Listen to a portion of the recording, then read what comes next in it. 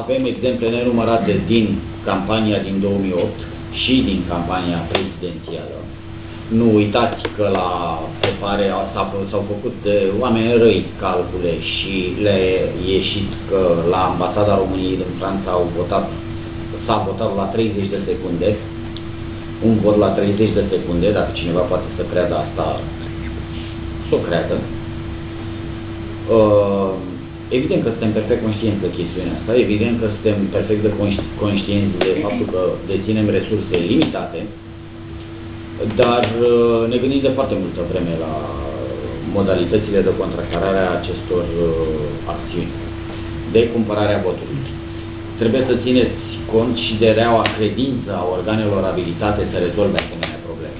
Din câte am auzit la televizor, există 16.000 de dosare întocmite, cu acte în regulă, dovedite, persoane care și-au exercitat votul multiplu. Lăsând la o parte pe ăla care a stat acasă și a aflat că a votat, există persoane care au votat de multe ori, 16.000 de dosare, niciunul rezolvat. Și eu personal nu pot să cred că asemenea dosare sunt atât de complexe încât în 2 ani de zile nu poți să le trimiți în judecată.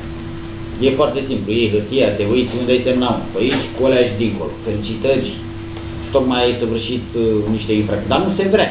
De ce? Păi ar fi culmea, ar trebui să-și trimetă, tocmai coloana vertebrală a partidului ar trebui să-și o trimetă în judecată. Evident că de aceea se tergiversează. Avem în vedere asemenea măsuri de contracarare și ele vor îmbrăca forme diverse, nu le spun acum. Dar credeți-mă că oricâte măsuri de contracarare am avea, ele nu știu dacă vor fi absolut suficiente. Roberta Anastase făcea declarația